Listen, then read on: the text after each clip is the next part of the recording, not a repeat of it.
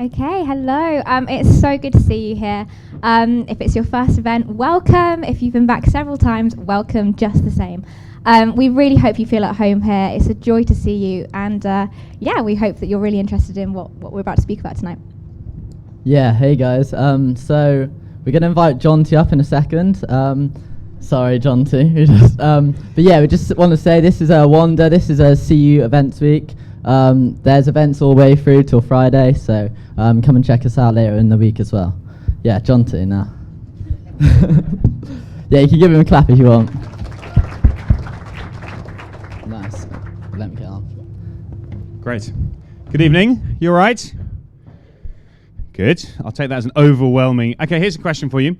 If you were going to have a superpower, what would you have? Turn to the person next to you, tell them your superpower that you would most like to have. What would be your favourite superpower?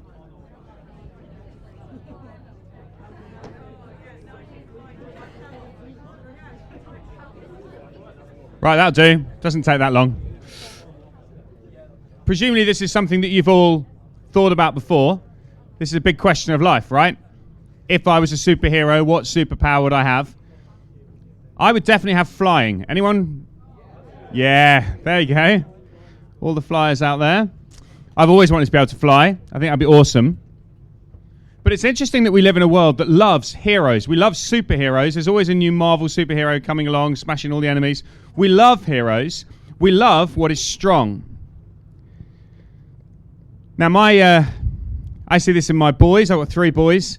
And I see them really longing to be strong. They want to impress people. And it's funny how you watch a kid go from being sort of unaware of how unimpressive they are and they don't really care. Suddenly they become obsessed with wanting to be impressive and wanting to look good. So we now have a pull-up bar in our flat. That wasn't there like 3 years ago. My 5-year-old didn't care about pull-ups, but my 15-year-old really does. And he loves to mock my weakness. So he loves to show his strength and he loves to mock my weakness. And we live in a culture that loves strength. We live in a culture that loves power. So that every year there is the world's strongest man competition. And they lift the boulders. Have you seen this? And they pull trains with their teeth. And we love that stuff. Some of us.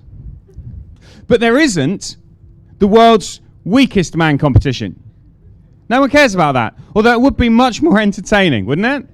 Wouldn't that be a better thing? What can you pull with your teeth? A little Brio train truck? Ooh, look. No, can't do that. You see, we want to be strong and we want to avoid weakness. And I think that happens a lot in our culture. It happens a lot in the way that we try to live our lives. We want to give the impression that we're under control. We want to give the impression that we are strong. I wonder if you can see that in your life. It's really hard to admit that you need help. Okay, so you're sitting around a table. Tell me if this has ever happened in your house. You're sitting around a table and someone is trying to open a jar and they can't open it. You can feel the tension in the room change. Everyone goes, ooh, challenge. And the jar is passed around the table from person to person. Everyone's saying, give it to me, I'll do it. And then having to admit you can't is really embarrassing, and you pass it on to the next person. And then when someone finally opens it, what is the repeated phrase that is said around every single table in this country? What is it? I loosened it. We all do this, right? We all say the same stuff. We have the same conversations. I know what your conversations are. Isn't that weird? I loosened it because we don't want to be the one who's weak. We want to be the one who's strong. Now, when it comes to opening jars, that's really not that big a deal for most of us. But there are other parts of our lives where we will do anything to avoid being seen as weak. We'll do anything to avoid having to admit that we can't do something. We are weakness avoiders. And we try to find ways to hide what is really going on inside. I think this obsession with avoiding weakness leads to us spending a lot of our lives pretending to be something we're not. Pretending that we've got everything under control, pretending that our lives are sorted, while inside we feel really messed up and weak. But we don't want to let that out. So we put on a mask and we pretend. And like a little child dressing up as Spider-Man and running around the room, firing out his webs and saving the world, we put on a mask and we pretend to be something that often we're not. I wonder if you can see that. And the trouble is, once we begin to pretend, what then happens is we look at others and we're afraid of them and we fear because they seem to be so much more sorted than I am. Tell me you've never looked at someone else and thought, well, they're so much better than me. They're so much stronger than me. They're so much cleverer than me. They're prettier than me. They're faster than me. They're more intelligent than me. We've all done that. We want to be strong. We want to be the strongest. So we all are trying whatever we can. And that means that I don't do some things. I have long ago learnt that surfing is not my strength. I've tried it many times. I can't do it. I've given up on surfing. Because I don't want to be seen to be weak. Now, why am I waffling on about this? Well, when you get to Mark's Gospel, it is extraordinary how weak Jesus is. Now, I want you to hear this really carefully, and I'm going to say this really carefully. I am not saying that Jesus appears to be weak, but actually he's really strong. I'm going to read you some words where he is really weak. Watch what happened when Jesus died on a cross. And I want you to try and picture it with me. And I want you to see the weakness of Jesus. So let's read this. Last night we saw Jesus on trial before Pilate. Look what happens next. The soldiers led Jesus away into the palace, that is the praetorium, and called together the whole company of soldiers. That's probably about 100 soldiers, all right? They all come together. They put a purple robe on him, then twisted together a crown of thorns and set it on him. And they began to call out to him, "Hail, King of the Jews!" Again and again they struck him on the head with a staff, and they spit on him. Falling on their knees, they paid homage to him, and when they'd mocked him, they took off the purple robe and put his own clothes on him. Then they led him out to crucify him. Right, look at what happened. It's difficult to look.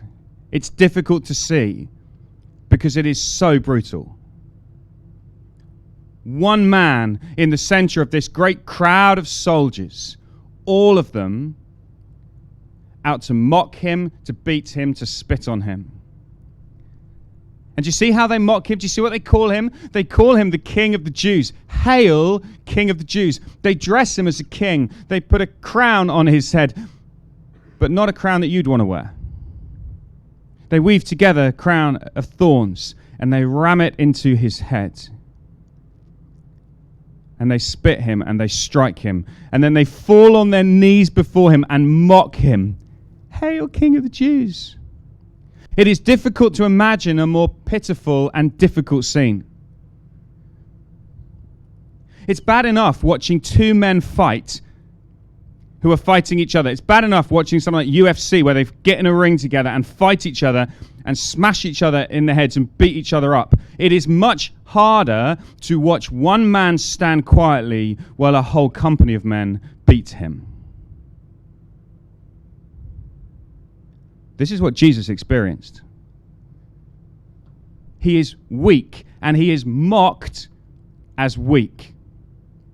You are a joke, Jesus. Once the soldiers are finished with him, look what happens next. A certain man from Cyrene, Simon, the father of Alexander and Rufus, was passing by on his way in from the country. They forced him to carry the cross. They brought Jesus to the place called Golgotha, which means the place of the skull. If you're going to kill someone, the place of the skull sounds like a pretty appropriate place to kill them. They lead him out of the city, crowds of people watching him, utterly humiliated, taken to the place of the skull. They offered him wine mixed with myrrh, but he did not take it.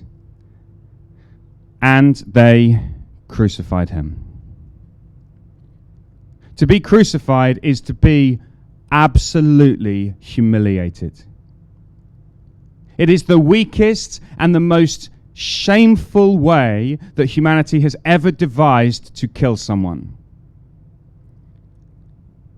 As you are stripped naked and nails are driven through your hands and your feet, and you are lifted high up so that everybody can see and they can watch you desperately struggling for breath. Because with your arms stretched out and your body slumped down, you can't breathe. You are being suffocated. The only way to breathe is to push up on your feet, which have got nails through them. So you push up to breathe, and it's so shameful. It was a weak way to die. This is not impressive. Dividing up his clothes, they cast lots to see what each would get. The few possessions Jesus had, they're spread out among the soldiers. It was 9 a.m. when they crucified him. The written notice of the charge against him read, "The King of the Jews." He dies as a criminal with a written charge above his cross, "The King of the Jews." And even there, the weakness doesn't end. Even there, as he's hanging on a cross, look what the crowd are doing around him. They crucified 2 rebels with him, one on his right and one on his left. Those who passed by hurled insults at him. That's a violent action, right? People didn't stand there going, "Oh, poor Jesus." They hurled insults at him. They screamed at him. They shouted at him. And they shouted, "So, you who are going to destroy the temple and build it in 3 days, come down from the cross and save yourself." In the same way, the chief priests and the teachers of the law mocked him among themselves. "He saved others," they said, "but he can't save himself. Let this Messiah, this King of Israel, come down now from the cross that we may see and believe." Those crucified with him also heaped insults on him. It is not impressive. It is not strong. And Jesus dies in this place of shame and mockery. And yet, for hundreds and thousands of years now, Christians have taken this symbol of the cross as the symbol of our faith.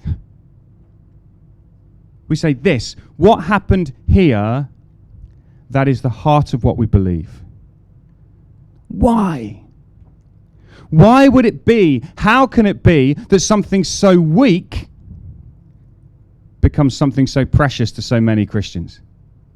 Why would so many Christians talk of the cross as something beautiful? Why would so many Christians talk of the cross as something wonderful? Well, it's because as Jesus died on the cross, as he embraced weakness, he showed us how God works. And God saves through weakness. God does not save through human strength and power. He saves through weakness. I love this. This is so important for us to understand. You see, here's the trouble. Human beings say, "I'm so strong. I'm so strong. Look at my muscles. Aren't I strong?" "Yes, you're strong." And we kind of talk about how strong we all are. And human beings have declared this strength, and we are proud. We are arrogant about how strong we are. And God says, "You know how I'm going to save the world? I'm going to save the world in a way which makes no sense to you. I'm going to save the world in a way which is through weakness, not through strength." And so Jesus embraces the weakness of the cross in order to expose human strength.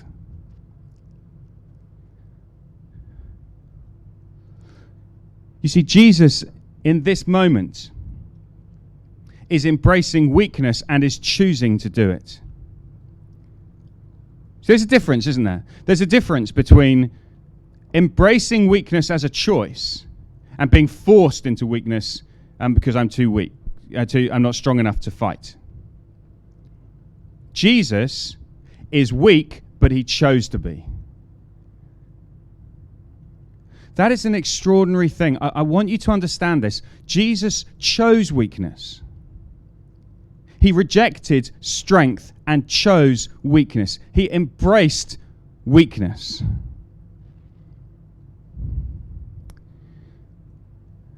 There was another time. Let me tell you another time when Jesus did exactly the same thing. Have a look at these words. This is another time when Jesus is with his disciples, and it's the night before he dies on the cross. Look what he says. Jesus knew that the Father had put all things under his power, and that he'd come from God and was returning to God. Right, okay, stop there. If you knew that God had put all things under your power, what would you do with it? What would you do with all power? You seen the film Bruce Almighty? That's an old film now. I'm so out of touch. In Bruce Almighty, Bruce is given God's power and he uses it for his own advantage. He uses it to get what he wants. He uses it to try and get the girl, but he can't get the girl in the end. What does Jesus do? When he's given all power, what does he do with it? So he got up from a meal, took off his outer clothing, wrapped a towel around his waist. After that, he poured water into a basin and began to wash his disciples' feet. Here is the problem with humanity and power. Humans can't be trusted with power because as soon as you get some power, you abuse it. My first taste of power when I was made milk monitor at school. It was an exceptionally exciting moment. Every day we have milk and we have biscuits, and I was responsible. That power was given to me. What did I do with that power? I used that power to make sure that my mates got the biggest biscuits and that I got the fullest bottle of milk. Because that's what we do with power. And over again in our world, we see humanity cannot be trusted with power because when humanity is given power, we use it to abuse others and to raise up ourselves. Some of you sitting in this tent know what it is like for someone to use their power wrongly against you in all sorts of ways. And so we are suspicious of power, and we want some power so that we can protect ourselves and so that we can look after ourselves. Okay, let me tell you why Jesus is so magnificent. Because when Jesus is given all power, what he does with it is uses it to serve in weakness. And when you find a man who can be trusted with all power, when you find a man who can be given all power and then go to a cross to die in weakness, you really need to trust him. He will not use his power to abuse you. He will not use his power to manipulate you. He will not use his power to put you down. Instead, Jesus will use his power to go to a cross and to die in weakness to save you. You see, God deliberately saves through weakness.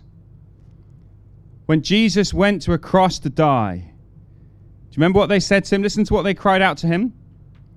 He saved others, they said, but he can't save himself. That's what they mocked him. He saved others, but he can't save himself. Can I tell you, in a most profound and deep way, they were absolutely right. Jesus chose to save others and not save himself. When Jesus died on the cross, he was paying the price that would set me free. We're going to see loads more about this tomorrow night when we get to the moment when he actually died. But for tonight, you need to understand that God deliberately saves through weakness so that we will be cut down from our pride and give up on our pride. So let me pull some of this together and let me try and apply this to you and show you why this matters. Firstly, I want to say that means that God is not impressed by you. Right? God is not impressed by you. God is not looking at you and saying, wow, they're awesome. They're strong. You don't have to try and put on an act with God. You don't have to flex your muscles with God and say, do I look strong, God? He's not impressed. At first, you might find that offensive. I hope you find it offensive. I am trying tonight to offend you with the fact that God is not impressed with our human strength. He's not impressed. He's not impressed by the brilliant things we achieve. He's not impressed by all the stuff that we do. He's not impressed, but he does love you. So God is not impressed with you, which actually, when you've got over your offense of that, is very liberating. You don't have to impress him. He already knows your weakness. He already knows all the ways you struggle. He already knows all the ways you fail. He already knows that you have lived your life wrongly. He already knows it. He already knows all the ways you failed. And he sent his son for you.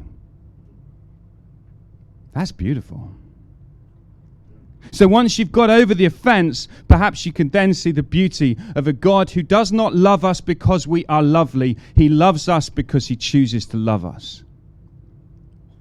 You see, human love works like this. I see something that's lovely, and I go, I love that because it's lovely to me.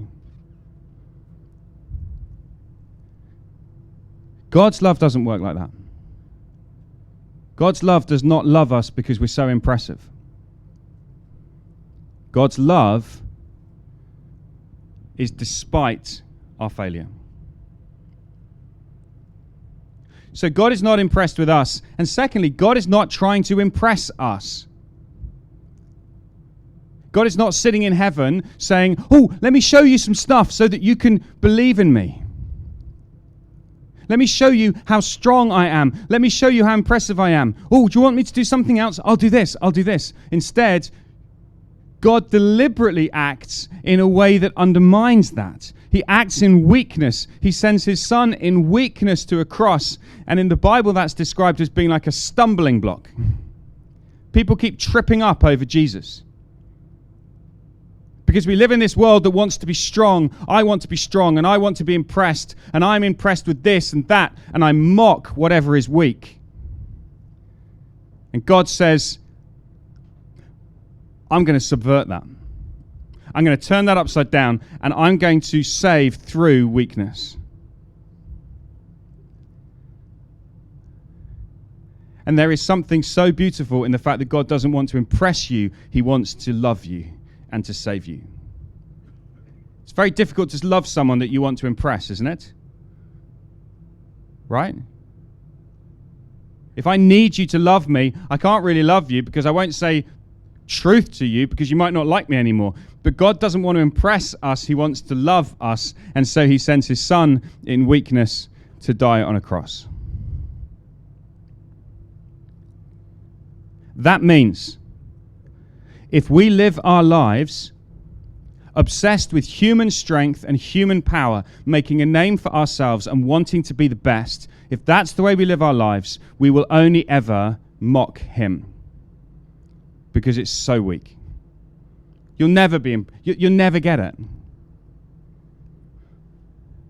But if you will embrace weakness, if you will admit that you are weak, if you will admit that you are not altogether sorted, if you'll admit that you need someone else, if you'll admit that you failed and you've done wrong, then you will see God as the one who saves us through weakness. So as we leave the tent tonight, you will either leave the tent as a mocker or as a worshipper. You will either leave the tent as someone saying, Hail, King of the Jews. What a joke Jesus is. What a pathetic waste of space he is. Or you will leave the tent saying, Hail, King of the Jews. Would you be my king? Would you be the powerful king who embraced weakness to save me? And tonight you could leave the tent knowing that you're loved, not because you're so strong, but because God loves the weak. If we live our lives continually obsessed with strength and power, then we put ourselves on a collision course with God. We set ourselves up against God, and he will punish us. But if we'll humble ourselves tonight, then God will welcome us with open arms and say, embrace weakness. Weakness is the way God saves. Guys, thanks so much for listening. I hope that's been helpful and perhaps given you some stuff to think about. Why not talk on your tables about these ideas of weakness and strength and how that fits in, and how often we see Jesus and we just see him as weak, and we fail to see that that's exactly how he's supposed to be, because that's how he saves. Thanks for listening. Have a great evening.